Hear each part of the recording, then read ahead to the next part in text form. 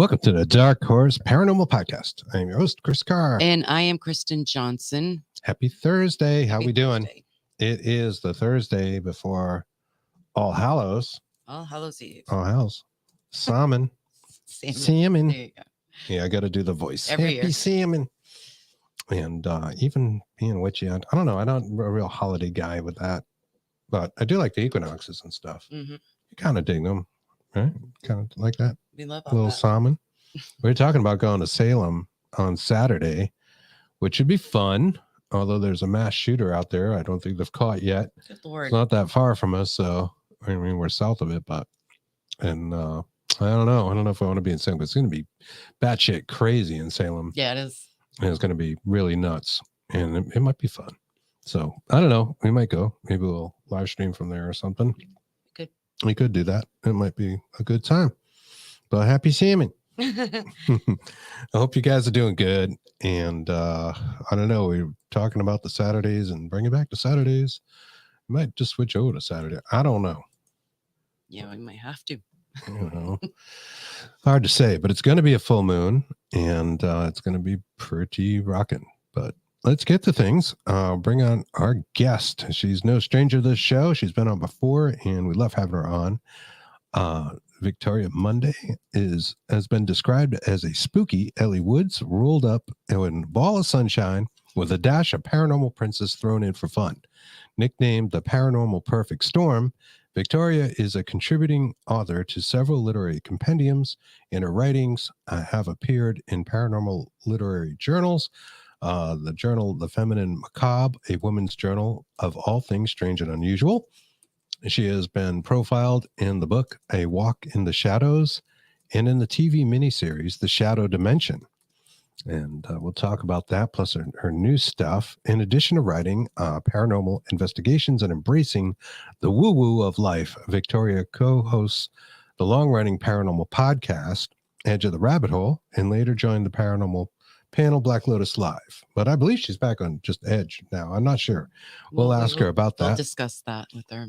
She created the wildly popular Victoria Mundae's Paranormal Activity book series for both adults and children. And I like coloring. Yes, you do. I do. I like eating my crayons. Don't you? And look in the windows. Don't and do look that. in the windows.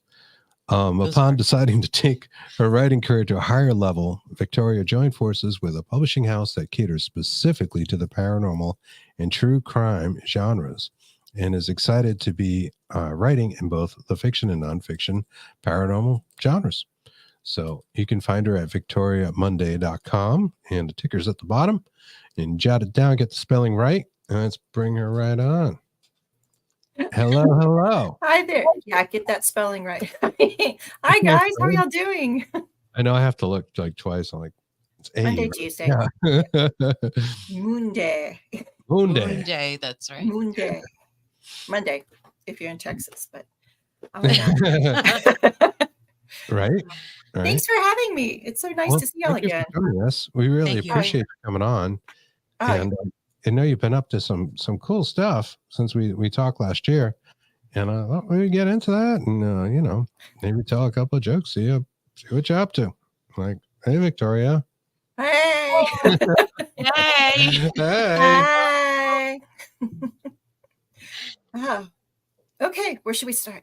I think maybe we'll start with we can start with pretty pictures, because you've got this wonderful book here. And we talk about that, and of course it's not actually on the screen. Aha. That's what we were there in our trying heart. to do here. See that? Look at that. It's there, but it's not there. Oh, that's weird. We've been having really like tech weird issues. stuff going on. Weird. Let me There's a repair it. A full Had it moon coming ready to up. go. Oh yeah, full moon on Saturday. Oh, look, here it is. Aha. Can you tell I was a Girl Scout leader? Yes. Always prepared. Oh, damn it. Why is it doing that? That's funny that you say that, because while you're working on that, I have a pocketbook. It's my magical pocketbook. I got it from what was that? A metaphysical store. That was the only thing I walked out with. No crystals, no nothing. I wanted that pocketbook. So I call it the magical pocketbook because it ends up so big and I carry so much stuff. I have band-aids, I have scissors, I have like safety kit in it. Yeah. I've got a huge ass brush. I just all kinds of stuff coming back and forth, and it weighs like 80 pounds. It's great for my back. Oh yeah, you have to change shoulders. It's I think- Oh, basically it's a prepared. suitcase. It is. Yeah. It is. And on to go. And this cover is gorgeous. So Oh, this thank is called Tarot Reimagined, the reimagination of the divine feminine. I have a problem with my auto aperture. Sorry. So I'm glowing right now. I'm trying to. You're always Not glow. glowing. Beautiful. Oh, you're too sweet. No, it's the camera. Ah, no worries. There's my finger. Hopefully it'll readjust. Here I am. Okay. You look fine. No worries. Reboot. So this is great. Tell Oh, us some thank more. you. Well, as it seems to be the tradition, I got laid off from yet another job. And so I'm thinking, okay, well, while I'm applying for jobs, I'm going to start learning things. And one of the things I was teaching myself is AI art. And so a lot of this is AI generated, and then I just put my own touches to it. And so everyone was making, it's a certain website I use. They were making, like houses and trees and cars and boats. I'm like, screw that. I'm going to do tarot cards. And so, and my intent was really to do a whole line of tarot cards, but the pictures were coming out really nice. I'm like, well, there's no way I can do 78 of these because, I would lose my mind. So I started thinking about, okay, well, the divine feminine is making a resurgence, and the tarot is basically had a male influence. And you can just look at the drawings and see it has a male influence. But what would it look like if the divine feminine did the tarot? That was my goal. And so I started redoing it. And so it's not a traditional take, I don't think, but in the book, it'll have, and there's all these drawings. I think there's over 90 drawings. You can color, use gel pens or watercolor or whatever. Wow, so you color it yourself? Yes. Yeah, it is a coloring book. One side of the page will tell about the tarot card. It'll tell about the traditional way it always looked and what I think it should look like, or what the divine feminine might think it should look like, and then what the meanings are right side up and upside down. So it's not the whole deck, but it's, and of course it's got a cat on it, Yeah, I see the cat and the glowing blue eyes. Yeah. Very interesting. That is cool. Here's another one here. And again, the cat. Yeah. There's two of them. That's what I think the lover card should be, because it's not always a male, female love. You can have love for anything, love for plants, astronomies, animals. It's the love you issue out. And love for cats. Yeah. My cat's like my best friend right now. So, there are a lot of cats in this book. We have 2 black cats in the house right now. Yes. Oh, nice. Yeah. I brought my bunny with me. Bunny is Aww. up. Looks, yeah. And Bunny is a miniature version of Poe. Yes, she is. She was a runt of the litter. So I kept her. She's a tiny little thing for a year and a half old now. Yeah. She looks like a kid, like a kitten. That's it. It's like a kid-nager. Sorry. I think I heard Toby walk in. He's a tuxedo cat. So he actually rescued. Huh? Yeah, Toby. He's named after Toby Hooper. Oh. So, of course. We rescued a spirit named Toby. We have a story about it. Yeah. Well, Toby Hooper was the director of the Texas Chainsaw Massacre. Yes, he was. Yes. And he and my husband were friends when they both lived in Austin. They're both gone now. And Hurricane Harvey was hitting Houston, and we were literally flooding. I mean, the houses were going underwater, at least one story. And I heard this kid screaming outside, "Mom, Mom, Mom." I'm like, who the hell's got a kid outside? So I go running downstairs to, get the kid, and it's a cat going, "Mom, Mom, Mom." Aw. Hey, Catherine. And I was like, well, and Toby Hooper had just died the day before. And, I was thinking about him. I'm like, well, your name's Toby now. So sweet. It's cute. Yeah, it's T.O.B. Hooper, right? Mm-hmm. To be. I know he did Chainsaw. I want to see. I know he did some other movies. Yes. Too. Apparently, he worked on Poltergeist. That came up. Did he? I didn't know that either. I don't know what he did. So Steven Spielberg, but that's what Google's saying. Yeah. It's mostly about Chainsaw, though. I think that's what he was most known for. Yeah. So and that's cool. Yeah, back to the cats and the divine feminine and love of everything, like love of earth and Right. itself, animals. What does the divine feminine mean to you, Victoria? It's just love in the purest form. It's the divine feminine back in the olden days before Christianity was, the wise woman. She was the one that had the cures and she knew how to take care of things. She was basically the doctor of the village, of the town, or wherever. Yeah, the medicine woman. And then when Christianity rolled along, they said, witch, Yep. we can't do that. So they suppressed the female energy. And it's a long story. The Celtic cross was originally the sign for the sun. And they said, no, you can't be the S-U-N worshiper. You have to be the S-O-N. And we're going to straighten that cross up. And so that's where the Celtic cross came from. It's really a pagan symbol, just turned a little bit. And they're like, yeah, you can worship the sun, Right. Right. Yeah. There's a whole There's a lot of stuff like that. A lot of holidays and the meaning of December 25th and all of those things. Yeah. I mean, everybody's religion is fine with them. It's their own, we have no Right. issue with that. So just wanted to let everybody know Just that. stay out of our spirituality and we're cool. Yeah. Exactly. Yeah. Don't tell me we're going to burn in hell. All right. That's great. Hell is on earth. I believe. So anyway. Yeah. I was going to say Prison Planet. It's not Prison Planet. Prison Song, System of a Down. That picture that we have up right now, that is like one of the best pictures. Did you make that? That's me. Yeah. I absolutely am in love with that picture. Oh, thank you. You can have it. Just take it. Of The Haunted Muse, which is your other book, and this is a book of poetry, and we're going to talk about that as well, right? I'm winging something new. It's called Kindle Vella, and it's Kindle is bringing back the serial format. So every so often you release a chapter. And I have another one called Romancing the Tombstone, but it's fiction, and it's so hard to sit down and write fiction because there's so many commas, Yeah. And sorry, I have to. It's a lot of commas. It's a lot of commas. There's a lot of commas and a lot of quotes, and I'm like, God, it just boggles my mind. Does it go inside the quote or outside the quote? So I started doing poetry because my original intent was to do it one poem once a month and just put it on Facebook for Halloween or for October. And people just loved it so much. I'm like, okay, well, I'll put it on Kindle Vella, and so you get a new poem every Wednesday and Saturday.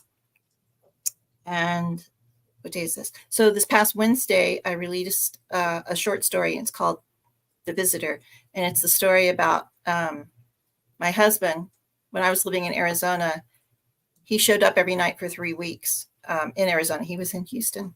And one night he wasn't there. And then I got a phone call and they told me, well, he was dead. And it turns out he had been dead the entire 3 weeks that he was showing up in my apartment in Arizona, but no one had found his body yet. So there's a whole story about that. But then we're going to go back to poetry. We have to swirl because we'll end up getting emotional. Yeah. The moon is crazy. So it is. It really is. Emotions are in full swing. Yes. It's a little nuts. So if one of us starts crying, just letting everybody know, it's the moon. Okay, right. Blame it on the moon. It really is, because there was a cycle that started around 2016, 2017. And it was supposed to be highlighting something in our life that was holding us back. And so we were supposed to be going through all this shadow work and learning everything that we need to do to release, and so we can move forward. And some people, it's like a donkey. You don't want to let go. You just keep dragging it along. But this moon Saturday is supposed to be the end. And it's a very intense lunar eclipse. So while it's a good thing that we're finally letting go one way or the other, either we're being forced to let it go or we have done the work and we're letting it go, so we can move forward. But the Venus and Jupiter are both in the same house, I think. And so that's supposed to be, they're real close to the moon, actually. Those are very good planets. They're very planets full of abundance and harmony. And so when it's conjunct to the moon, it's signifying that, okay, it's the end. Yes, accept it, but it's going to be good. That's it. Go. And this is because you're an astrologer, which people might not know. You're Oh, yeah. astrology, and you do natal charts. Like you're into it. Yes. I promised Kristen I would do her natal chart like a year ago. I haven't done it. I will. Just send me the info. Yeah. Okay. We'll do a Zoom call over it. And, That'd be absolutely wonderful. And I appreciate that too so much. oh, yeah. Because you never know. Because people are like, oh, well, the moon's in Gemini. You're like, so what the hell does that mean? You know, you have to look at your natal chart to see, because it's like a thumbprint. It means something different for every single person, depending on your time and your latitude of birth. And it just makes so much sense now. So that's awesome. Thank you. That's really cool. Yeah. It's an area like I don't know anything about. And I know about a lot of things, especially like occult subjects and this kind of divination and stuff. I'm really into these things. We're into it. But astrology and like doing the charts, I'm like, clueless, so I have too many squirrels for that. I think it's awesome. No, you don't. I really do. Squirrels going back and forth, and I don't like math, so that's why I choose not to. But I do love space, and I do love like the constellations, and you know where the Arrow are, and now Starlink satellites. Thank you, Elon. But yeah, I like all that. But thank you, Elon. Yeah, it's awesome that you do that. That you actually take time and you know. Well, I'm working on it. I'm not an expert, but I know enough to get me by, and I try and help my friends. But oh shoot, what was I just gonna say? You were talking about astrology. Yes, prenatal chart. It's gone. It'll come back. See, squirrel. Squirrel came out of my head. Yeah. It's my fault. Sorry. Oh, it's a bunny. These pictures are great. Oh, it's a bunny. This reminds me of Three Sisters. That one is actually my favorite one. I call that one the Three of Cups, because you know the Three of Cups. Oh, that's what it was. Go back to the other thing. Well, I can tell you about this one. You know, the original Three of Cups in the Rider Waite deck. It's the women holding the cups and they're celebrating. Well, this is how I would see the divine feminine. They don't need the cups. They don't need no stinking cups. That's right. They're drinking straight from the bottle, baby. You know, they don't because they are strong. They are empowered. You know, they might put 3 straws in the bottle or something. See, I see you both. Well, this has no calories, so I don't think it's too bad for me. Yeah. Awesome, though. I love the way you said that. That's awesome. Yeah. That's really cool. And I would love to color these. Like, this would be a fun thing to color. See, I think that would be a great one for watercolor because the lines are just so thin, like in their hair. It's, hey, Terry. It's very detailed. So, you know, you can put like a piece of cardboard or something behind it in case it bleeds through and just do the watercolors, or I guess even gel pens. But that one, watercolors. Very cool. What was it? Oh, I keep losing it. So divination. No, it's just my brain. Divination is something I've always done since I was 16. You know, I learned that way back then. And I've known over the last few weeks that something was going to happen in my family life. And I was telling my friends, I'm like, nah. Well, you know, when I look at my natal chart today, the event is actually in my house of family. I'm like, oh, okay. Right. So there are 2 correlations there. So, you know, it helps me a lot knowing the astrology. It's like, okay, maybe this is something I'm supposed to embrace. Maybe this is something I'm supposed to work through. It's because that's 2 different sources telling me the same information. No, boy. Well, you'll get through it. You're a really, really strong woman. Well, you can do it. Thank you. That's so funny. She reminds me of me. No, I think we're a lot alike, you know, just from the couple of times we've talked. You have like an awesome personality, and it's fun, and we joke, and we'll laugh, we cry, you know. Exactly. All the emotions. We like Diet Coke. That's right. Yeah. We were just talking about that before the show, and how I guess the 2-liter bottles are tasting like ickiness. It tastes like rubbing alcohol. But I found out if you get the McDonald's app, and you go through the detail or the deals or whatever, twice a day you can still get the $1 large drinks, because they've all gone up here. They're like $2 now. Oh yeah, they're wicked expensive here too. That's cool, but everybody's gonna know about the Diet Coke mixture that they do. It's like a drug. McDonald's. Yeah, McDonald's is the best Diet Coke, right? It is. And they do their French fries and sugar, I think. Anthony Lewis. How'd that go there? You? Anthony. Victoria? Any wants to know, would you know if there's anything that's happening in the stars November 8th through November 12th? November 8th through 12th.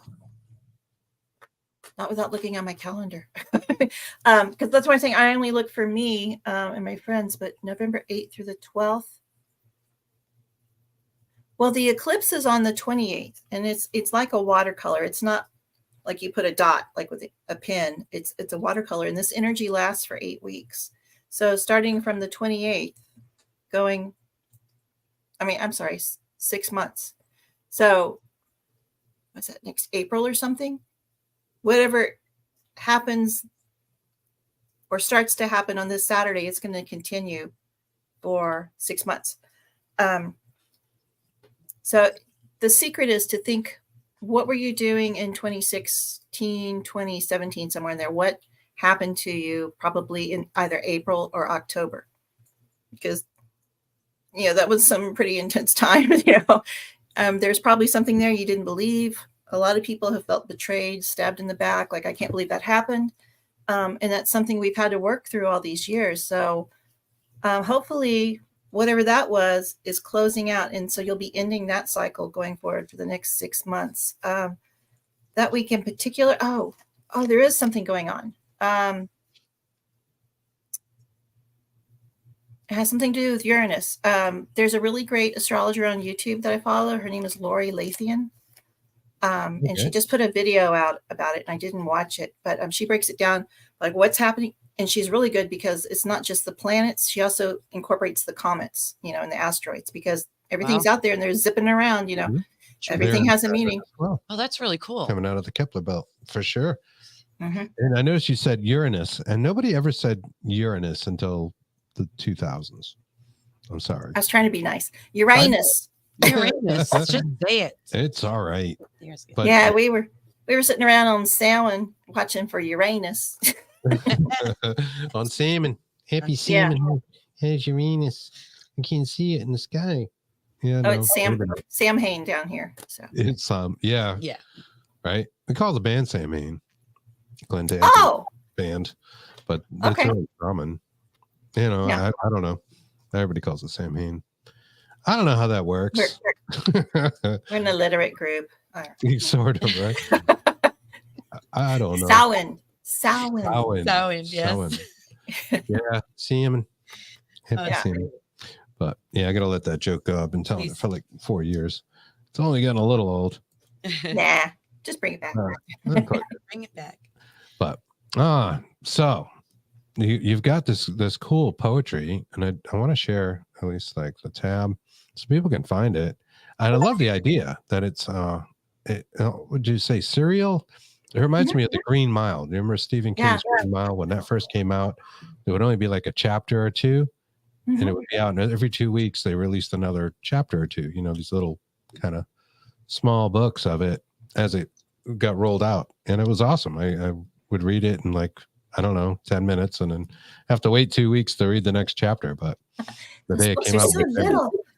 Yeah, the way Amazon is doing it, the first 3, they're calling them episodes, I think. Excuse me. The first 3 episodes are free, and then after that, you have to purchase coins or something. And like a poem takes 2 coins. It's like 20 cents or something. I don't know. But at the end of it, when you have all the episodes put together, you can actually go ahead and publish a book because you'll have enough stuff out there. That's cool. I love the idea. Let me bring up that tab. I just wanted to say Kindabella. Hi to my friend Barbara. Hi, Barbara. Hi, Barbara. Here we go. All right. And this is pretty good stuff. I'm gonna attempt to read some of this if I can. Oh, you're gonna make me cry, aren't you? No. Is it an emotional poem? It probably is, right? Maybe they all are. No, that's fine. Go ahead. There's one about it. I'm already tearing up. Yeah, Kristen's got a tear going. We're all Ghost Kitty. Oh my God. I tried reading my Ghost Kitty poem out loud the other day just to hear it, to make sure it sounded okay. And I was like, So yeah. It's understandable. In chambers dim where shadows creep, a tale of woe I vow to keep. Fair-weathered friends like autumn leaves, they fluttered by like specters thieves. In midnight shroud, their faces pale. They danced a macabre, a ghostly wail. When fortunes bloomed, their grins adorned, but in distress, their kinship scorned. And I'll just leave that there. I'm good. You can read it. Oh, I like reading that stuff. Yeah. Mm. Yeah. I had a I'm sorry, I'm losing my voice. Mute. That's all right. Get it out. Too much screaming. We were in Vegas last week. That's right. Yeah. Did you win? No, we didn't have time. There was a show downstairs, and it had all these men dancing. And stay at the Excalibur. Yeah, the Excalibur.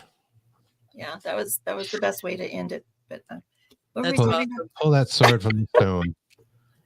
I don't think I've been in there. I've been to Vegas a couple of times, but it's mainly for families, and so there are a lot of kids running around in there. There is a sword in the stone, but then off in the corner, if you know where to look, there's thunder from down under. It's all good. It's great. Very cool. Makes me want to go. It's not a place I was actually attracted to ever. Yeah, it's great. Same too, and I don't know. They play this show called Pink Pop, I think, out there. Okay. There? Yeah, and that's the only reason why I want to go. I don't gamble. I don't know. Just think it's frivolous. It's awful. I loved it. People watch, and we would sit on curbs and just watch people go by. That must be interesting. Oh my God, everybody goes there. It's like sounds fun. A cesspool of humanity. I mean, sort of. It's like, because everyone's a little inebriated there. Yeah, they are. Yeah, except for me. We're being impressed with the idea that you could walk around with a drink, and I was like, "Wow, this is great." I'm just it's not just a drink; it's a 3-foot margarita. I mean, yeah, right, and something that looks like New York, or Empire State Building or something. Seriously? Yeah, they got crazy drinks and it's rooftop bars. It's skinny. It's like a big 3-foot test tube, but it's a 3-foot margarita. Yeah, it looks like a giant bong. Seen those? Oh my God. They even have like little straps you can put them around your neck so you have your hands free. You actually drink the bong water. Wow. But everyone should go there once just to watch people. Yeah, absolutely. Sounds so much fun. It is pretty neat. It's cool, like when you fly in because it's all desert around it, and just everybody knows this, but you can really see it as you're coming in. And it's like all this like crazy desert, and then suddenly there's this little metropolis out of nowhere. So very cool, very good. I love birthday. Yes, happy birthday. Oh, thank you. Yeah, I lived in Arizona for a while, and when you fly in the I forget which mountains they are, but they have done it in rocks, and it says Phoenix, and it has like a sign or a little arrow pointing. So I'm like, is that for the airplane? Do they not know where Phoenix is? It's like, oh no, but it's just written on the side of the mountain in stones. Wow. Yes, I did, Diane Hilbert. I said bong. That's what those glasses look like a bong where you drink the bong water. Yep. I was just laughing at that. I don't know anything about that. Nope. Okay, professional. No, not in Texas. I'm Diet Coke all the way. Oh, that's good. We're a mixed lot up here in Rhode Island. Diane is from Rhode Island as well. Very good. She's neighbor. Well, she knows. Diane's funny. Yeah, we passed legal in Rhode Island, and it's been legal in Mass for quite some time. Do you have like vineyards and stuff in Rhode Island or? Some, yes. We have Martha's Vineyard off of Massachusetts. We have them in there too. Oh, okay. As far as like grapes and stuff, I think so. I think there's a couple places to get a glass of wine. Yes, there are. The town I live in a little country town. There's not a lot to do here until the spring when they have the wine walk, and I did not partake in that last spring, but I want to try it. It's apparently you just walk around the square and drink wine all day. Wow. So so like, well, that sounds like a date. I said, come on to Texas. Yeah, come on to Texas. You want to go on a date with me? Come back to Texas. I guess not. I'll No, be walking by myself. Read your comment. Diane is in Woonsocket, right over there. We're in Manville, Lincoln. All right. Oh, Hear about Mountain Dew flavored hot dog. oh, those pink things. that No. is gross. I've never even heard of those. Oh, I saw them. I didn't try them, but there are Mountain Dew flavored hot dogs, and they look like cotton candy pink. Really? Yeah. It's bizarre. Like, how artificial is that? Right. Like, they weren't bad enough. We have the state fair go. Well, I guess it's over now, but the state fair was going on, and we're weird food capital of the world here. I guess so. My goodness. It's I like weird foods, but you guys have scorpions. I'm scared to death of Oh scorpions. yeah, that's why we were not They're- going. they're out in West Texas. They're probably huge because they're in Texas. Giant scorpions. Well, actually the large ones, the really large ones, they're fine. It's the little bitty ones that look like watered down soda. Those are the That's ones what I that'll hear. get you. So gotta watch out for those. I am scared to death they will be like in my shoe or something, or like a slipper. This is nightmare. I wear a lot of slippers, but Shadow people. if I did, and I wouldn't want to put my foot in something where there was like a little teeny tiny, extremely venomous scorpion in it. It's like That's the worst thing. yeah. When you get dressed, it's just part of getting dressed. You just bang your shoe out and Jeez. something falls out, and you're like, oh. Oh my God. No, thank you. So that's part of getting dressed. Goodness. Well, Wow. I guess you're not going out to meet the family, are you? Nope. Nope, and nope. Hells no. That and tornadoes. No tornadoes. Oh yeah, I'm with you there. Do we have a clip? What do we have? Anything for You do? You okay? What's going on over there? I'm Where am I going? answering questions and All right. Let me stop that. And I'm gonna bring up we do have an EVP clip. I think we played it last time, but I don't think I had the video with it. So I'm gonna play it again. That's pretty neat. And this is It's a still picture. yeah, but it is, but it looks cool. And it's during court, right? Mhm. And it's like 3 EVPs in this one, if I remember right. Yeah. Do you remember Kip's Big Boy? Nope. Okay, that's a Southern thing, I guess. Hmm. It's like Denny's basically, but they always had a large. Is there like Yeah, a guy holding a that's a tray? Bob's Big Boy or something like that. Yeah. Okay. Shoney's Big Boy. Shoney's. That's how I was holding my digital recorder. So I was holding it up in the air because people are like, "Oh, that's just people whispering in it." I'm like, well, when I have my boots on, I'm 5'10", and I was standing up on a step, so that was probably 6 feet up in the air.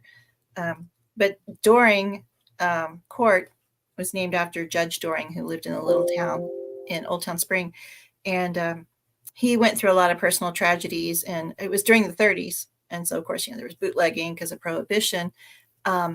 But they didn't realize that the moonshine that they were making in the town was actually laced with ergot. So he was seeing things. Oh my. Oh wow. Oopsie. So people were getting lynched and hung left and right, and then it was bad enough that was going on. But there's a lot of racial disturbances at that time in the South, so not everything was recorded. Not everything was justified. I'm sure the majority of it was not justified. But he would leave people hanging up in the trees for 7 days because the story goes that, God took 7 days to create the heavens and the earth. And so he's going to leave them there 7 days to make sure that the devil's gone. And so, Texas, come on, it's hot here. Things don't stay around, for a day or two. So they would be like decomposing and have eaten. And it's just disgusting. Body parts are falling off. So I was at the hanging tree and I was trying to, audition someone for Wildwood, which never really took off because I was wanting a paranormal group that was more intuitive and psychic, not someone who's going to rely on cat balls and flashlights and stuff like that. And someone who was legitimately serious, not trying to imitate Zach Baggins. Yeah, Zach Baggins. He doesn't watch our show. I'm pretty sure. It's okay. That guy out in Vegas. Yes. Oh man, we didn't go see him. That's right. The museum. Yes. Didn't even think about that. When you have men dancing on tables, I just kind of forgot, distracted. It's the squirrels. Oh my God, squirrels! Like, yeah. Anyway, where was I going? Oh, so I'm standing at the tree, and I'm doing Bob's Big Boy. Okay, let her talk. Sorry. Go ahead, squirrels. Yeah. Nope, I'm good. Yes. Okay. That's it. That's the story. So that's it. That's the male voice you hear talking on. It was the guy I was auditioning. Oh, okay. All right. Very good. All right, I'm going to play that now.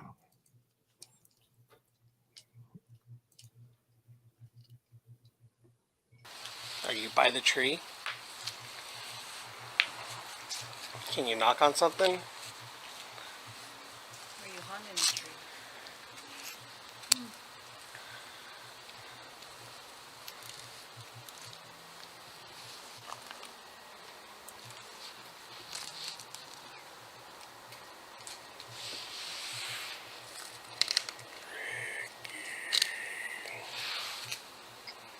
God. I can hear the other people.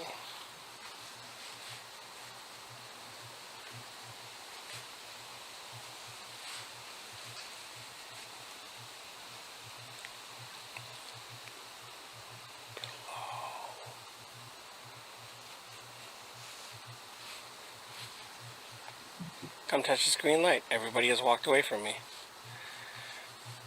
I don't fear you. You don't scare.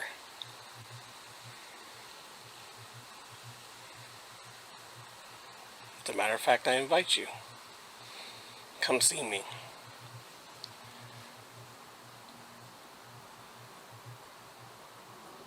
Touch me. Anything. Stay away from the girls. Come on to me.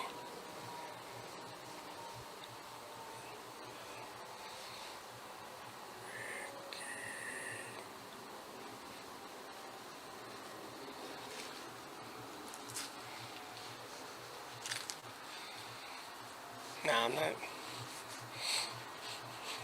It just feels different now. Now he's not saying Ricky, right? This is something that's picked up from. It sounds like behind. Or, that is so weird. Is the guy talking named Ricky? And it's not him. No, it's not the guy. No, because when it starts, he has a very strong voice, and it's a very clear. First time I heard it, I thought he said it, Vicky. I'm like, wait a minute, I don't use the familiar form. Weird. I don't use that name.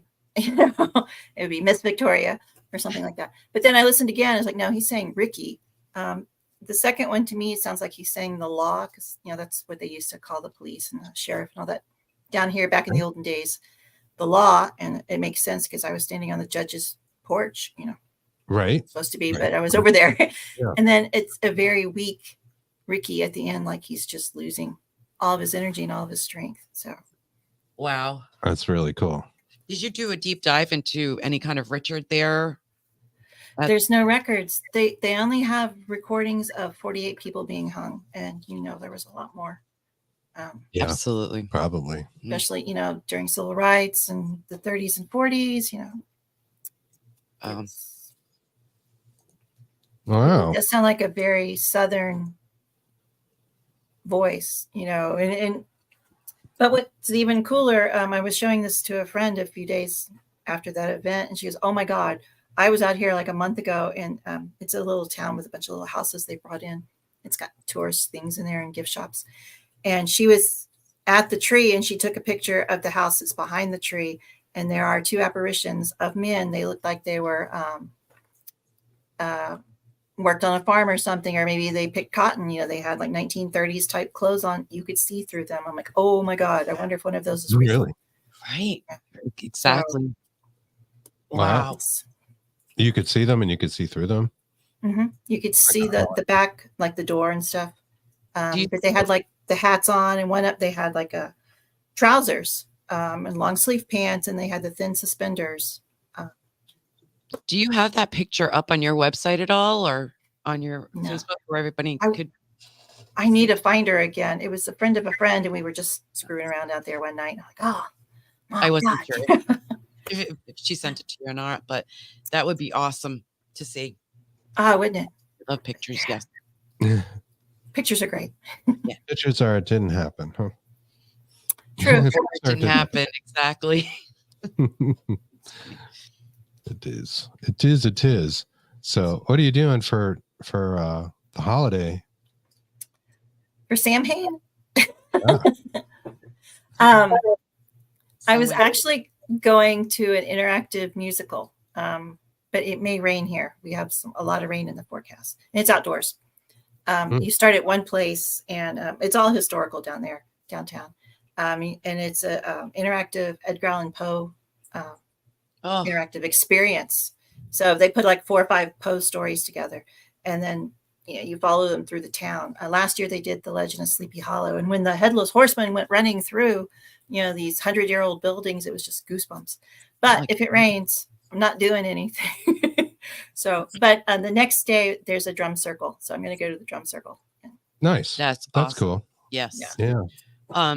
We love Edgar Allan Poe, and he just had such a bad story. His entire life was awful, and that's why he wrote what he did. Yeah, it's just sad. tragic. Not anything more, because it is. His Quoth life was the Raven. Yes. Never. Yeah. Did you see Fall in the House of Usher? No, it's a Netflix series, right? Oh my God! If you're Really? fans of Poe, you need I think it's only 10 episodes. Yeah. It's well worth it. I dumped on Netflix when they raised the price this last time. I wanted to stand up to him and say, no more Netflix, no more. I'm not taking this anymore. And I thought they would just beg me to come back, and I thought 3 months for free or something. Something incentive. Yeah. I got nothing. Got nothing. Oh, nothing. Jerks. Yeah, fine. We don't need you. Right. Better off without you. You jerk. Well, if you can find it somewhere, it'll be pirated somewhere. Oh, we know. Yeah, we do know about that, but we don't talk about it on the air. Yeah, we know. Okay. Yeah.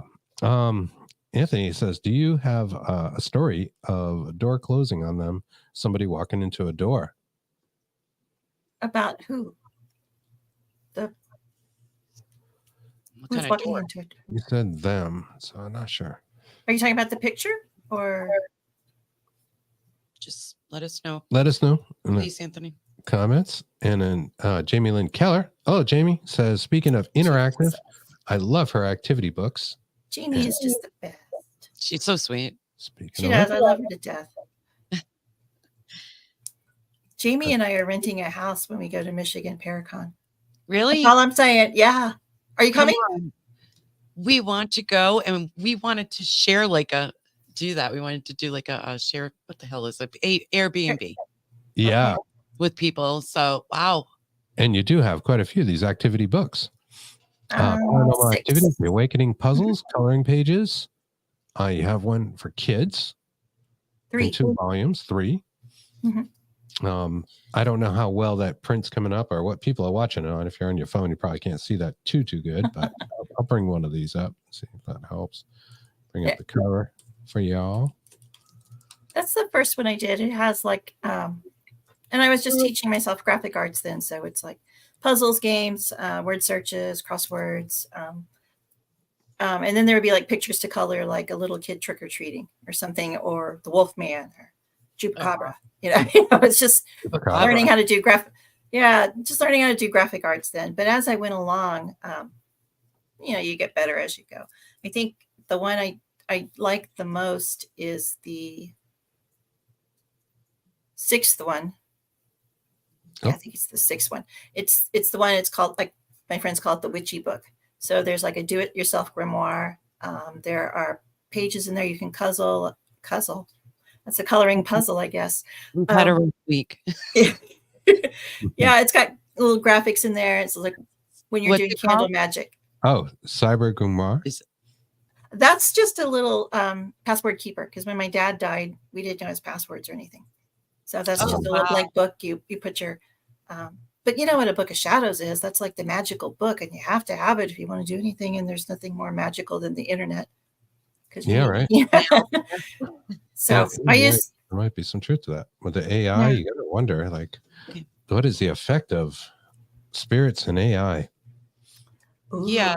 There's potential there. Well, because we've had certain podcasts that have actually picked up EVPs and things in the noise. Yes, Yeah. we've had There a are bunch some of really them. clear ones. But the especially with first, Nathaniel. we had one with Holy shit. Nathaniel J. Gillis. He's a friend of ours, and they were so negative and mean to him, Yeah. and the things they were saying, I was like, I can't listen to this There were anymore. two of them, and they were It was swearing. awful. And yeah, I actually clipped it on our YouTube site, Dark Horse Paranormal, at Dark Horse Paranormal on YouTube. There's clips from that episode where they're just particularly angry. But I've had them show up in other shows too, and it's crazy. It happens, you know. And it's not noise, and it's not like the wires can get crossed or anything, you know. And you have this conversation, or it's getting TV, because they don't talk like that on TV, anyways. Right. We had that happen. I don't know if Catherine's still in the chat, but I was going on her podcast one night, and it was probably like 10 minutes before we went live. And, you know, we all have our earbuds in, and Toby, my cat, is sitting down here, and we were just chit-chatting. And then we hear this, and it was very loud. And we're all like, what the hell was that? Toby heard it. He went running out. So, I mean, I don't know how he heard it when I had earbuds in. So I think there was something in the room, because, you know, this house has got its own things going on, you know. Nobody knows where it came from. It was just, you know, we weren't recording yet. It was just, I don't want to say the D word, but it sounded pretty demonic, you know, if you were going to have a scary noise, you know. It was pretty bad. Yeah, you call it, and something will answer you. Yeah. Anthony, to the point of what he was asking about before, says, think so, but energy, I think, from one of the other hunts she's been on. So, not sure what he means by that. Did you have a story of a door closing? A door shut on any of, because I know you've been so many places so many times. I'm trying to think of into the door. Not to put you on the spot or anything, but yeah, I almost walked into something. The with the EVP, that house, the picture, that's actually an ice house, and there's a door that you could we could go in, and we could, you know, do some little paranormal things inside, pick up voices and stuff. But I was out there one night, and it was really dark. It was dark of the moon. I was leading a tour through, and, you know, I'm going like this at night because it was no light out there whatsoever. And I had a shadow person who followed me around most of the time when I was out there. And I always thought he was like watching out for me, because, you know, he didn't scare me, but he reminded me of my grandfather. And he was very tall. He's like over 6 feet tall, and I'd see him all the time. And so I was going to go into that house one night, and I was, follow me, you know, and I start to go in, and something hits me in the head. It feels like somebody, you know, hit me with a 2x4. And, you know, let's be honest, I doubled over. I'm a Texan. I said a few expletives, you know. I was like, I hope so. Oh my God. Yeah. And I thought a board had fallen down, and I just hadn't seen it because that building had been in a fire a couple of times. And so there were some loose boards. But I thought I knew where they all were. And so when I raised back up, the man behind me had his phone out, and he was looking around. He's like, oh, it's a good thing you doubled over, because there was this huge spider web that went through the door. It had a big black widow in it. Oh. I would have walked right into it. You know, it was like, holy shit. Right there in my face. That's awful. Like, that's scary. Wow. I'm like, let's not go in this door. We'll take another one, you know? So, I think it was the shadow person guy that was watching out for me, you know, because interesting. I wasn't listening, so he had to hit me upside the head, you know. Not that hard, though. You ever talk to him? I'm pretty stuck. Are you one of those people that just talks to the things that are around you? Yeah, I see them all the time. They're Kristen's like that. I'm a little like that, getting better. I think that can actually draw them in. You know, it's a lot of people do. A request, yeah. You can build you know, like a what's the word for it? Not golem, but servitor that way, or an enchanted, you know, spirit. You can enchant things, supposedly. We'll see. There was a little guy that showed up a lot of times when I was living down in Houston. Like, he would show up, and I wouldn't be thinking. I would be like doing the dishes or something, and I would look up, and there is a man or teenager. He looked like he stepped right out of Little House on the Prairie. You know, he had the little brown hat on. He had real pretty blonde hair and blue eyes, and like 18 whatever clothes on, like, you know. And, you know, of course, when you see something like that, you go, and it kind of startles you, and then he's gone. But I saw him 2 other times. Like I was cleaning the bathroom one time, and I was just, cleaning the sink. And when I looked in the mirror, I saw him standing behind me. So when I spun around, he was gone. And then I saw him upstairs in the mirror again. But he was always nice. He just went, and then he would disappear. So I don't know if it was just he was passing through, and it lasted for several months, or if they're just attractive to people who have a higher resonance, or like you were saying, that can shine or be bright. And so just, hey, I'd say hi to him. But I see shadows here all the time. Usually, I don't know if it's Toby, but we see shadow cat. I see shadow cats all the time. I was like, hey, kitty, and that's sweet. Just, they're just here. They don't bother me. I don't bother them. So. Anthony asked another question, and I think he meant investigations. I'll just say it. Do you have any investigations where a ghost has told you to get out or leave? Get out. The famous get out. No. No? Actually, Get out? We have a few get outs. no. They don't just- People, the ghosts like me. I think it's an Eddie Murphy, his stand-up routine, but I think it comes from like Amityville Horror. I think when the priest is in there blessing the house, and it goes, get out. And Eddie Murphy used to do that in Delirious, if you remember Delirious from way back in the day. Yeah, he would do that. Oh, nice house. Too bad we gotta go. Get out. Oh, I think the haunted mansion, right? Yeah, probably. Mike Ricksecker had posted some video. I don't know, he was New England or something, and he was walking around. He had his digital recorder, and he was walking around. He's looking at a bulletin board, and he goes into another room. And as he was looking at the bulletin board, I have my earphones on. I clearly heard a get out, and so I sent him a text. I'm like, did something just tell you to get out? And he's like, probably. They do all the time. So I mean, didn't even register for him. But no, they never tell me to get out there. They're like, hey, come on. Most of the our opposite.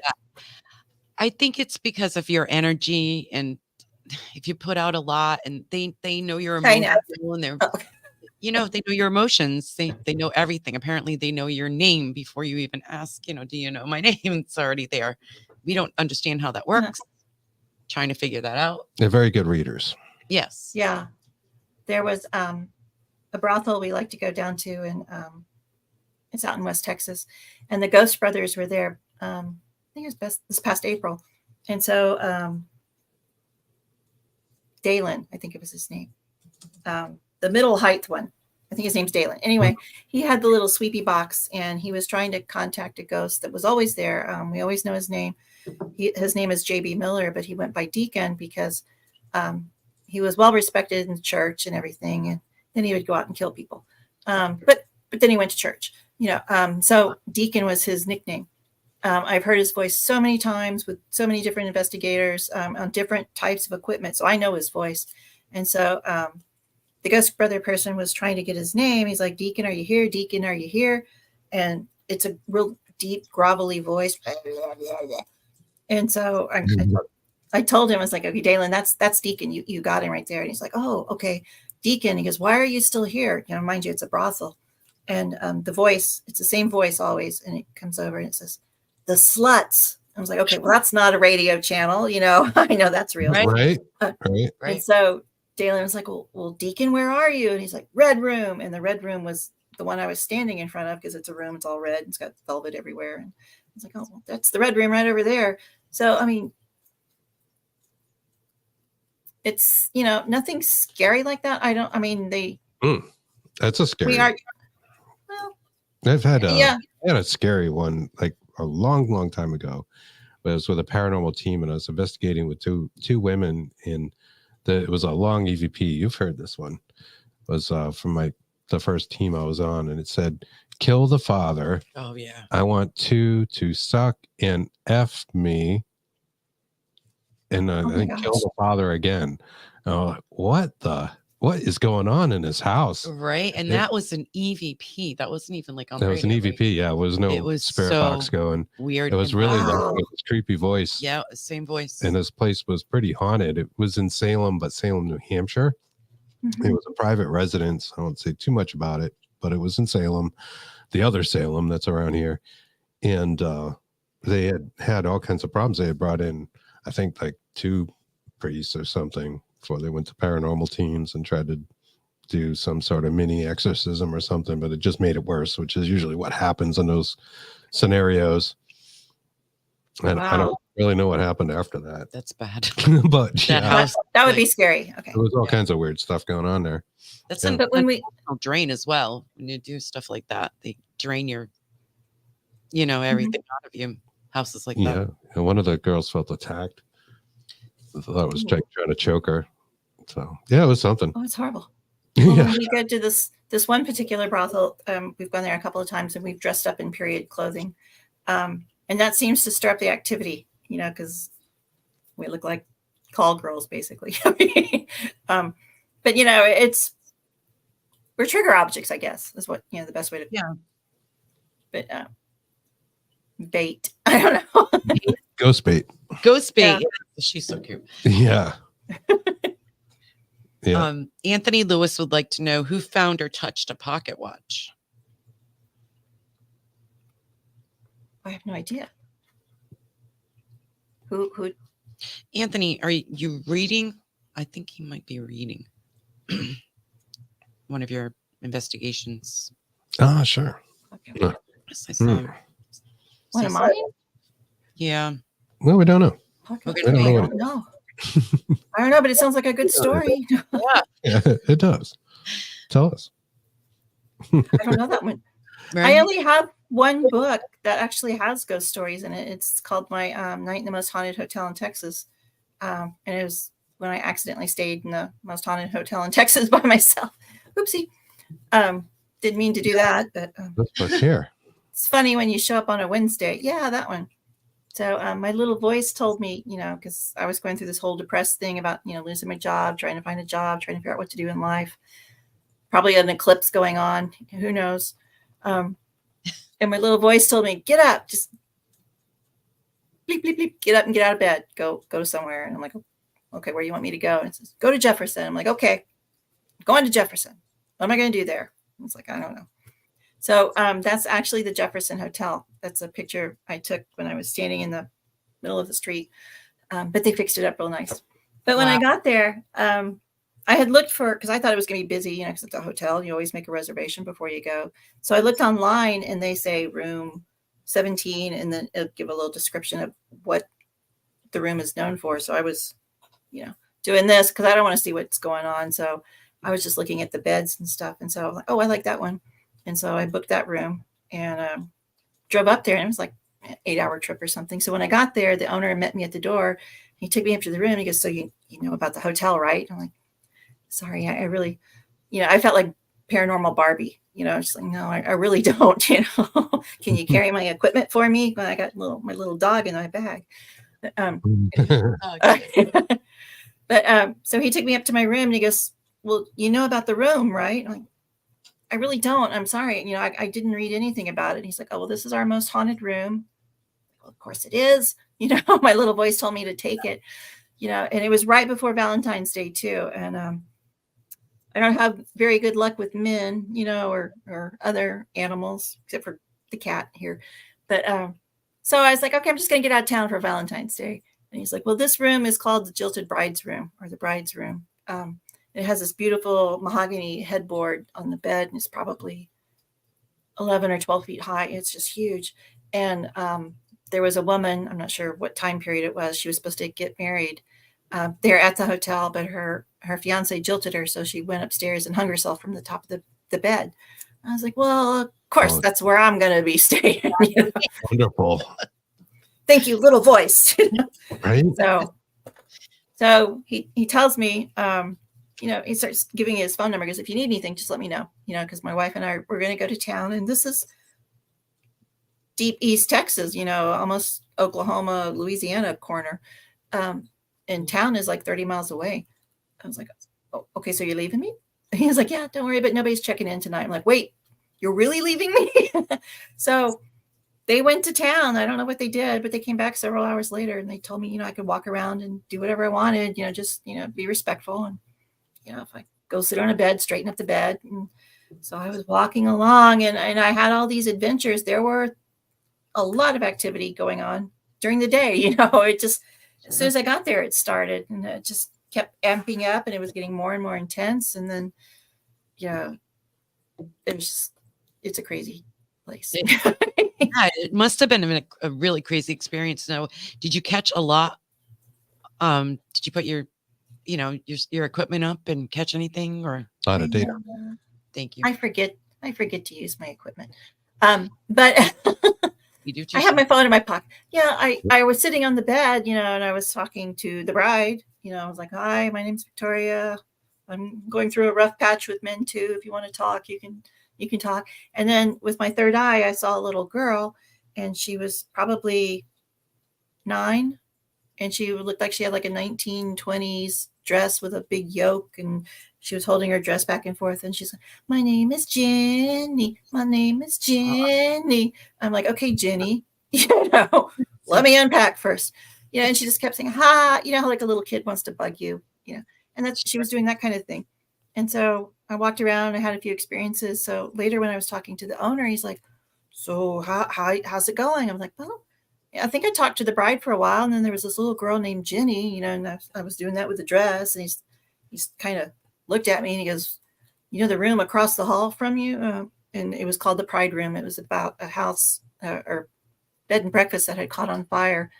I was like, "Yeah," because they have some of the artifacts in there. They have part of the bed and some of the wall and stained glass and everything in there. And he goes, "Jenny was the little girl who died in that fire." I'm like, "Oh, jeez. Well, she's across the hall with me in case you need her, but send her back over later." So it's just things like that just kept going on all night long. There was a tall man who was in a cowboy suit. Oh, that's a fun story.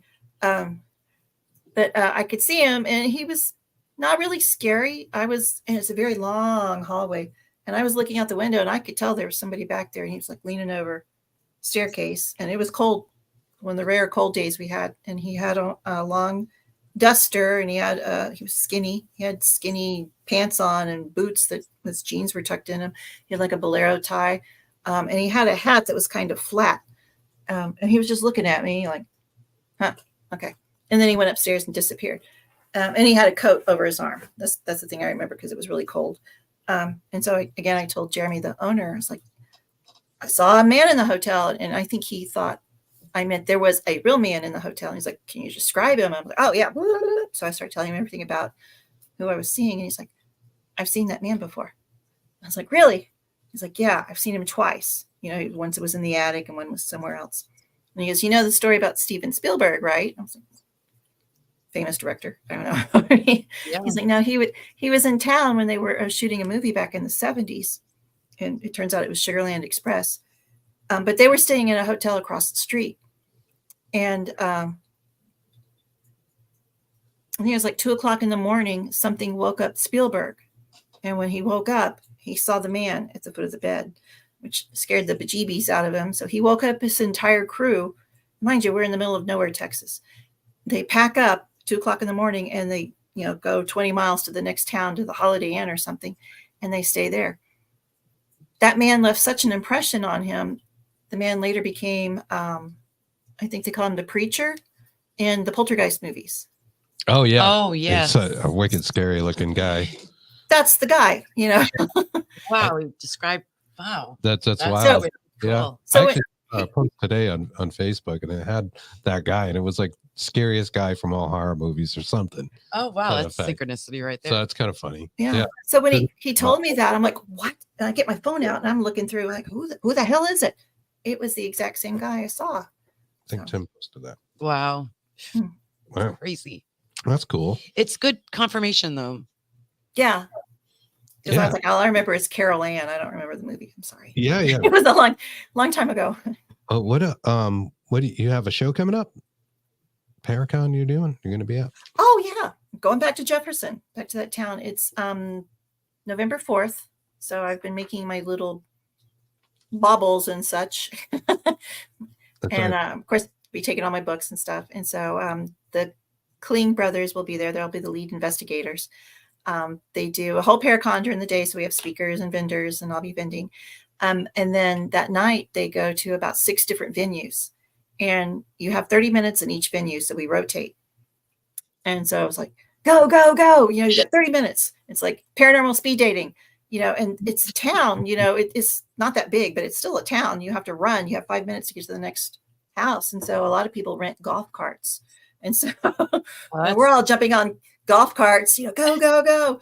There's 8-10 people on a golf cart trying to get to the next venue. You've got to set up the equipment too. Like if you're going well, they have people in each venue that host it. Oh, excuse me.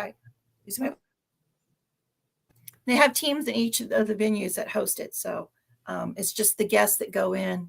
So you have 30 minutes and then it's a lot of fun. That's cool. Sounds awesome. We had done something like that. It was like paranormal speed dating, but we were going like house to house to house to bridge house and back and stuff. And it was just like, you had to set up the equipment and, take it down. Yeah, that was you don't like. And the next night we stayed in one location and we had groups of people coming through. So we were like we had like a big spirit box thing. Yeah, it was pretty cool. Yeah, that's a lot easier. It is. Those are fun. People were doing it. Way better the second time. We didn't have to keep moving everything like with the group. Yeah, we walked. The uppers got the golf carts. That's the best part, because it had rained because it's tornado season, and every time you go down, it's like you're going in a log flume. So, do you remember the game? I don't know if I think you're much, much younger than I am, but it's a game called Mystery Date where you open the door and there was always a different bachelor there behind the door. Okay, I don't remember that. It's like the original Bachelor show or something. It's a board game, and you played it when you were a little kid. Yeah, you played it in the 70s, and there'd be like a man in a tuxedo, or there would be a surfer bum or something. You just never knew who was behind the door.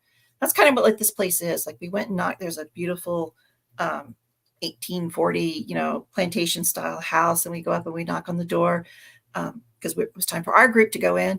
And Natalie Jones from Paraflix opens the door. Hello, come in. We're like, okay, this is fun. Have a beverage.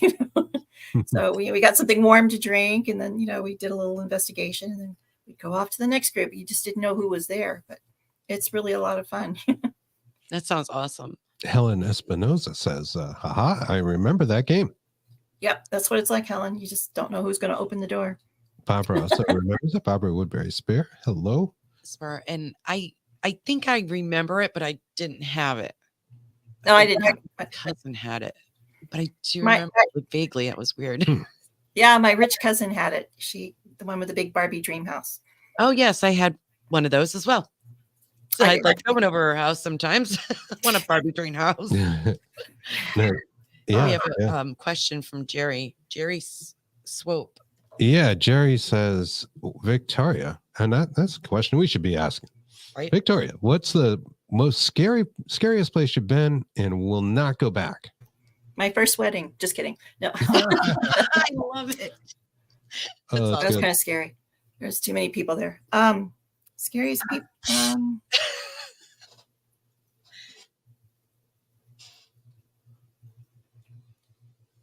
I don't know. Nothing scares me. No, you've learned to. It's like when you learn to ride a roller coaster. You just take a deep breath, and you're going to go for a quick experience. So nothing really scares me. Oh, that's not true. No. Okay. We went to it's a place called Yorktown Memorial Hospital, and it's notoriously haunted. It's been on every paranormal show you can think of. The haunting didn't scare me, but when you went down into the basement, instead of the wall being like this, the wall was like that. It's about to fall in. Oh, that terrified me, knowing that they're letting people run around and the building's about to collapse. Yeah. Well, that's scary in and of itself. No, I think that's a good point, though. Like, I don't get real scared. You get pretty jarred depending on what happens. But I think when anything changes, like it could be the most unscary thing, but it's going to frighten you, at least in that moment, because your brain goes, that's not right. That's paranormal. It could be something simple like this bottle just moving a little bit, a couple inches on its own. And because like, where did the physics go in that?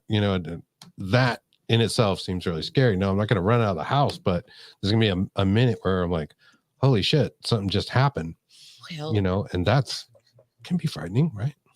Well, it's more startling. Like when I was in the hotel, I was sitting on the bride's bed and I was playing on my laptop, letting everybody know I was there. And there's a little bedside table. And so it's just me. And I don't even know if anybody's in the hotel anymore because, they've been gone a while. And then I hear 3 loud knocks on the table.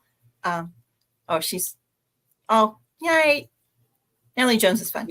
But there were 3 loud knocks on the table right next to me. And so I just looked over at it and I said, well, hello. And I was waiting for some more, and there was nothing else happened. And I was like, okay. Well, that was unusual. Wanted to let you know that they're there with you. The raps. Yeah. It's like the foxes, right? Yeah. Well, it wasn't me. Yeah. You're the only one there. Spiritualist movement. Yeah. Oh, yeah, they were awesome. But I heard that it was their toes popping is what they were doing. Well, I think they got debunked toward the end or something, but some people say they started off good, and I think they went south because they were drawing crowds or something, and then they were faking it later, or something. But a lot of people also look at that and go, no, there was no seances working. Of course, there were a lot of fake seance things happening. Yes. People like eating towels.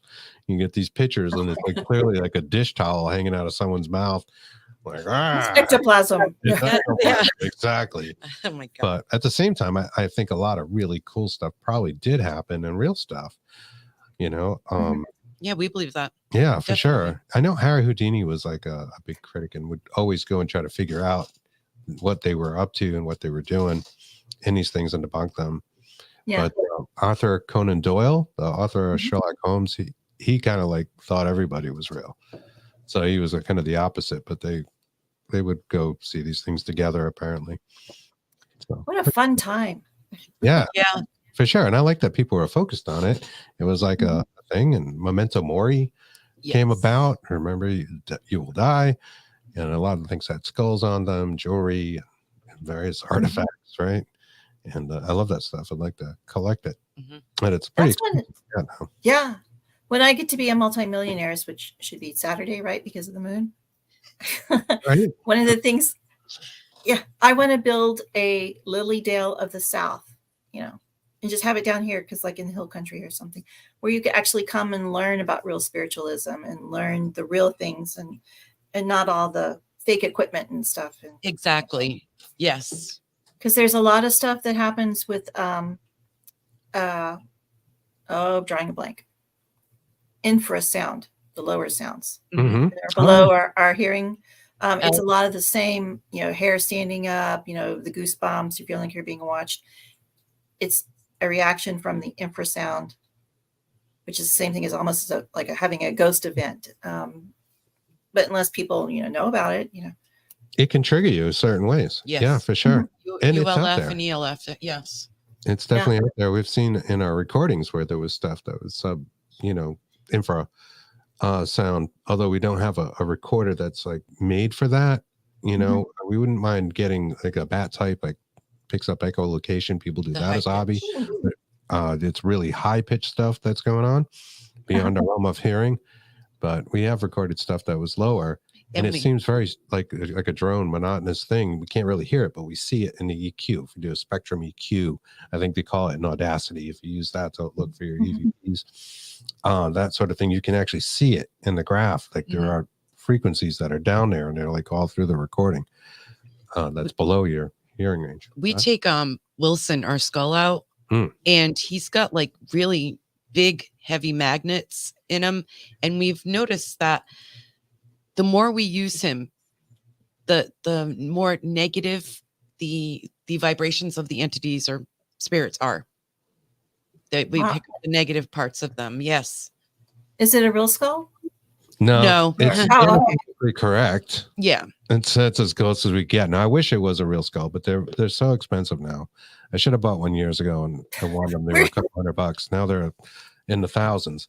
But he is full of crystals and magnets, and he's a little metaphysical. And we do get some weird stuff when we use this.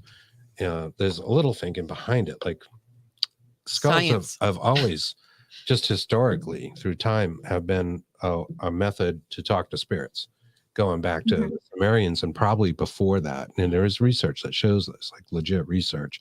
They would dig up the skull of a person, put it on a table. The Sumerians, they lived above their deceased relatives. They buried them underneath. They literally lived under the floors and stuff, and they would build on top, and it was the oldest son, I think's job to Yes. manage this and make sure that the graves were all set and that the spirits were happy of the relatives. And if they thought there was a disturbance in the house, they would dig up grandpa or whoever, They thought it was Uncle Joe, and they would actually remove the head. This is true. And they would talk. they would talk to it, and they would get information. They might have to bring in a special guy sometimes if the family didn't do it, but they would let that guy know it was like a sort of a priest or exorcist or whatever. Necromancer. He would come in, and it was just accepted and okay to talk to the skull. And it's like heads have been chopped off for years, off of your head, and Way before talking that, heads, right? Think about the talking, right? So that's where all that stuff. Wow. Yeah, That's interesting. so if a spirit were to habitate something it could be comfortable in, at least we have a skull, and of course the magnets and the crystals are part of that too. We believe in animism, so Yeah, and panpsychism and animus and panpsychis, I guess. So do you have certain crystals in there that you use, or is it just crystals? There are some specific ones, but they're mostly a mixed bag because we just wanted to fill it. Okay. but we did use Moldavite. There is That's what I was going to ask you. yeah, and there's a That's- magnet in here that is like super strong. That you can't, or if you have a pacemaker, you're not supposed to hold it near your chest. I have And a I story forget with the that. type of magnet. Yeah, you did. When I first took it out, we took it out on an investigation, and she was mad at me for bringing it, like because I was telling that story because it comes with a warning. It literally comes Has with a a warning. It tells you warning. not to hold it near your chest if you have a pacemaker. And she Oh my thought, gosh. like kill Seriously. somebody with this Well, the skull. That's I did. Skull. I'm like, that's terrible. We're not using this. This is not us. We're not doing this. Black So we horse. take it to Wilson Castle, where a friend of ours, Lori, ends up having one of those back implants, and she was even setting off her meters, the EM. What is Well, it? it throws EMF. The magnets will EMF. throw natural EMF, so it's an EMF pump that makes no noise. I was Right? so frazzled. I'm And like, get it does. away You from put her. a We K2 need to in there, it leave. goes off. Oh, I Yeah, thought you were going to say you stuck them to her back or something. Or like rip the pins from I like right out of her back or something. Like they're gonna go I was and stick to so the skull. And it's like, upset at you that. asshole. I did. I was like wicked upset at Yeah. that one. Yeah, Yeah, I'm Yeah. sorry. that was It's the rough. story. But we got some insane stuff on it in EVPs and things, and we've noticed on a couple different investigations that we'll get this kind of droning EVP thing where it's just like it never really stops talking. It's just like a low frequency and as a voice, and it just keeps talking and saying all this creepy shit, and it seems to surround the skull. And we get that at Wilson Castle and also at Haygood Mill. We took that in That's the cabin, and that thing Cool, like- upstairs on the roof, and it just never stopped talking. We were up there for like over an hour. So y'all have the cool places. We just have No, shoot 'em ups and brothels. exactly. You have to think about that. It's like scarification, desecration of the land and everything. So you have all that out there too, as well. I went to the Dr. Pepper factory is haunted, so that was kind of cool. I never heard of that. Yeah, Really? it's I don't know why it's haunted, but it's in Waco. It's like a 2-story building, and then there's a basement, and I saw a shadow. You know how people are like, yes, honey, just go sit down. So I was down there with the group, and I saw a shadow person walk by, broke the light. I went and told the tour guide, I'm like, I just saw a shadow person walk by. And she's like, okay, go sit down.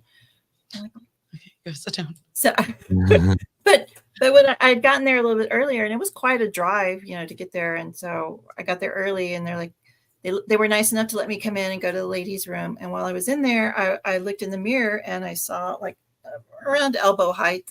It was just real flash. You see things real quick, and you're like, whoa. And then when you blink, they're gone. But it was like a sepia tone face, and it was right about elbow height. And I'm like, okay. Wow.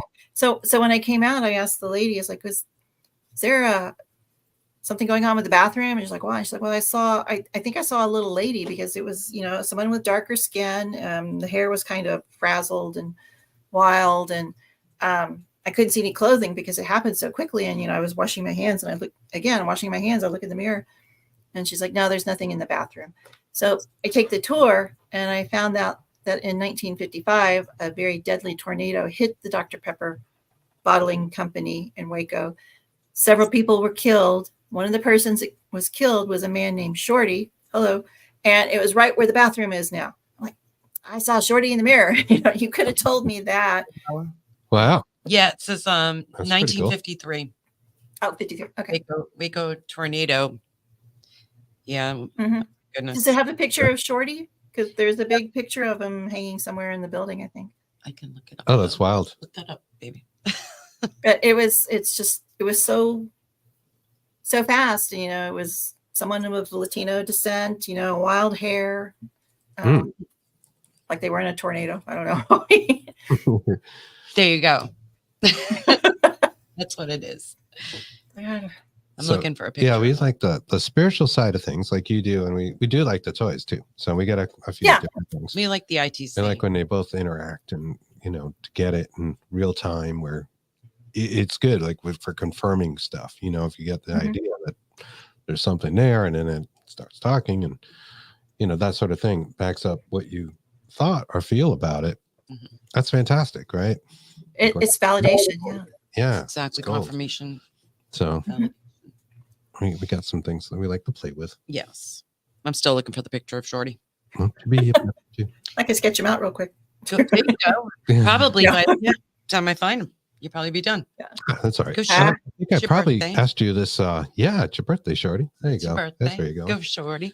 I probably asked you this the last time you were on, but I'm going to ask again because I can't remember the answer. And we ask all our guests the same question. Did you have a haunted childhood? Yes, but I didn't know it. I just thought it was normal.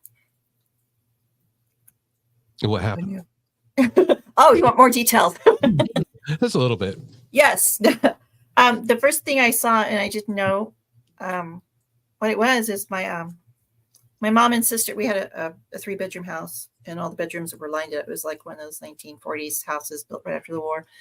So my mom and sister were in the first bedroom, and they were having a fight. Basically, they were screaming at each other. It's just the way my little dysfunctional family was. And I was 2, maybe 2.5, and I was jumping on the bed in the middle room because I knew I wasn't going to get in trouble because my sister was getting in trouble. So I'm bouncing on the bed, because it's my clear window. And there was a window behind the bed with a Chinese tallow tree outside. And if they have the little seed balls on it. So when the wind blows, it sounds like a maraca. It's like, so all of a sudden the wind started blowing and I heard that and I looked over the window and I could see the tree waving.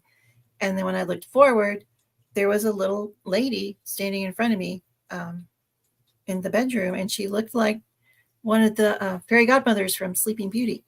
Oh, wow. Yeah. And so I could hear my sister and my mom still fighting. And the lady was like looking over at the bedroom like she wasn't supposed to be there. And I didn't know what telepathy was at that time. And she leaned forward and she goes, "You're not like them. You're one of us." And I remember her doing her hand like that. And I kind of stopped jumping on the bed. And I looked at her and I was like, huh? And she goes, "You're not like them. You're one of us." And then the tree started going, and when I looked back again, I looked forward and she was gone.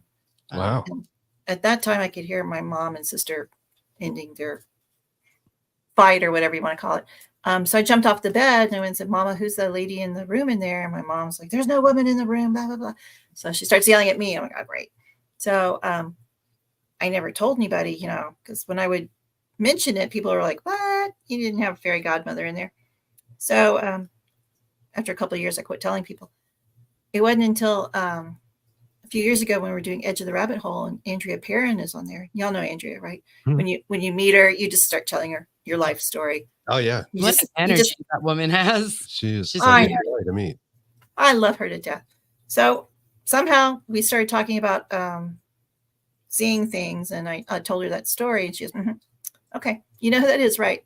I'm like, "A fairy godmother? I don't know which one it was, because I described her and everything. She was kind of had an Irish look to her." And she's like, "No, that was a shape-shifting extraterrestrial that came to see you." I'm like, "What?" Really? Yeah. And she's Interesting. She was saying that extraterrestrials can get things out of your brain, basically, and find something that's familiar, appear as that, so that way you're not frightened. Right. Okay.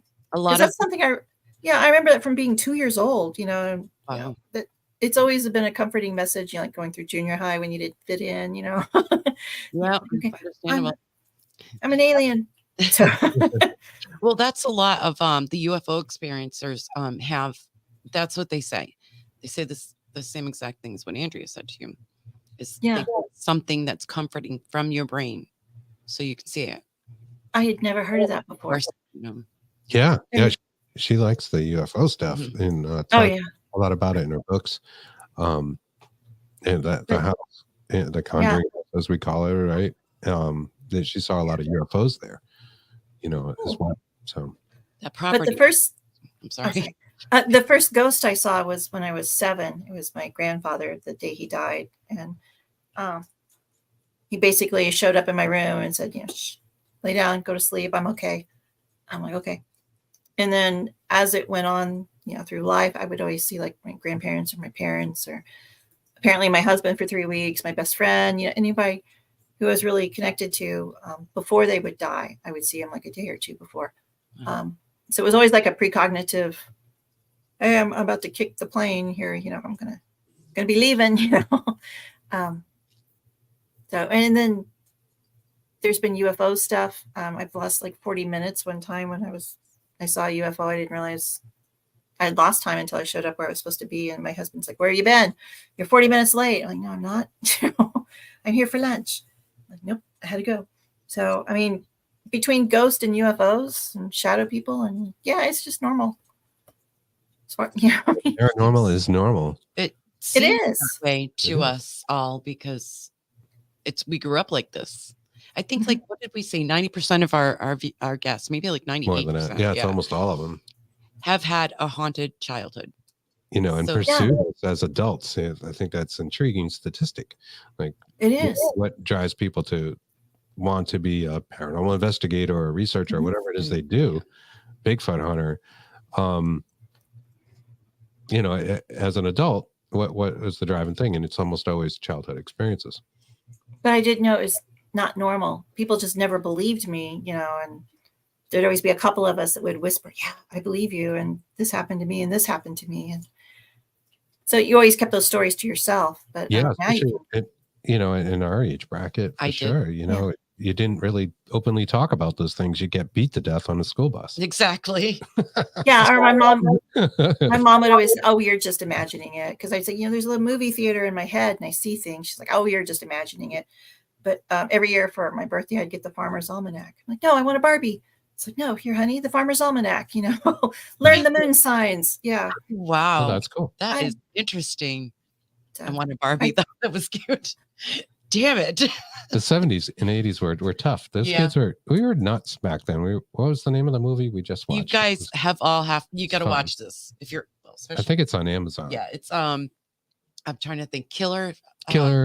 Oh yeah. It's Killer. Totally Killer. Totally Killer. Yeah. It is so fun. Have you seen it? No, but I will tonight. Okay. I mean, this is like the lawn dart age where you just throw it up in the air and see where it comes down. Yeah. It's really funny. I just remember like being like 12 or 13 and you're going to a slumber party. I'm like, "What are we doing? We're having a seance." Okay. Oh, this is normal. Yeah. Sure. What was the thing with the fingers? Do you remember the thing where you pick somebody up? Like you yeah. Yeah. That's what's the name of that? Light as a feather, stiff as a board. Stiff as a board. Yeah. Yes.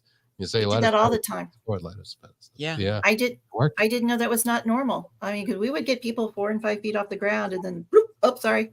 Yeah. Yeah. Yeah. Yeah, the physics don't seem to really work out that well with that. But it worked. Crazy stuff. I don't know how it worked, but it did.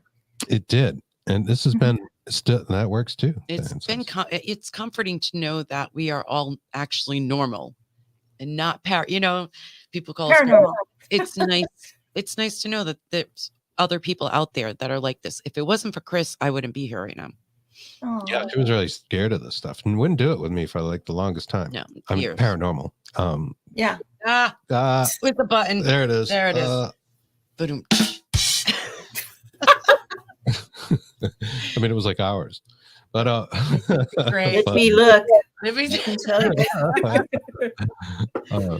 and for real, because of her experiences, though, childhood experiences, and I was like really into this. I'm like, "You gotta come with me."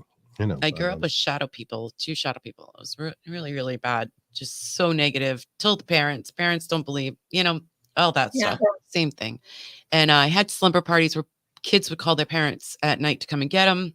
And then I was the weird one of the friends. And yeah, it didn't go over well. And I saw a lot of things in different houses and places. And he comes around and goes, "Hey," and I tell him my story, like 2 years later. And he's like, "Oh my God, you never told me that." And I'm like, "Yeah, Mhm. well," and then we did something in my house and it took me 3 weeks to listen to it. That's right. That's right. A lot of our audience knows that story, but we'll tell Yeah. you, as I don't know if you do, but I did a session. It was a 20-minute session, which is nothing in the world of paranormal, right? It's like people have recorders going. I was just like being up in the attic for 8 hours with like 20 cameras, and I don't miss that really. We do a lot less of it. But anyways, we did a 20-minute session, 10 minutes of talking to the recorder, asking questions, and 10 minutes of using the Hack Shack spirit box, right? It's whole Radio Shack spirit box, and it's full of data. It's just like her name's in it like 3 or 4 times. EVPs. It was crazy. Yeah, there were EVPs, and we went to the box, and that was just ridiculous. And I was like, "Oh my God, you got to hear this!" You wouldn't Like listen to it freaking for out. 3 weeks. Like, no, Like, seriously, 3 weeks. they're all negative, Wouldn't even listen. And It yeah, was, like mad at it's me. so funny, but I've been like a practicing witch since I was like 16, even before them, before that. And I will call myself that. So yeah, it's There you so go. weird. Yeah, It's Yeah. connected. it is. Yeah. connected. I went to a bookstore once to resell a bunch of my old books because I don't need them, And the lady was very nice at the counter. She's like, "Do you practice?"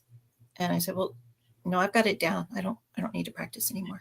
And she's like, "Oh, okay." I love that. I should just say, and that's awesome, Victoria. I got it. I know what I'm doing. I've got this. Right on. Yeah. Well, this has been a great talk. And Well, yeah, thank you for having thank me. you for joining us. We can appreciate it. Oh, I appreciate it. Hold on, stick around, and we're just going to wrap things up. We'll be right back. Thank you again. Thank you. Oh, and just to let everybody know, Books, you can please. find Victoria's books on Amazon. Victoria Mundae, Mundae is how you spell her last name. And she also has a website, victoriamundae.com. Awesome. Thank you so much. Thank you again. Thank you for having me. You're welcome. And that's all the time we have. Thank you guys for joining us. Next week we have Tom Stewart coming on. Yeah. Tom is great, and he was on the show I think a few years ago. He has had a long-running podcast called My Paranormal Story. You can get anywhere where podcasts are. And he was a Rise Up paranormal investigator. There's a big team out here in New England and work with TAPS all the time. And he's got like just the best stories. They're wicked cool. And he's a funny guy. He also does stand-up comedy.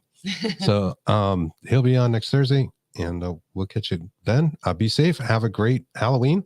Yes. Happy Samhain, Halloween. However you Samhain. celebrate. So Enjoy. thank you Thanks, so much. guys. Good night.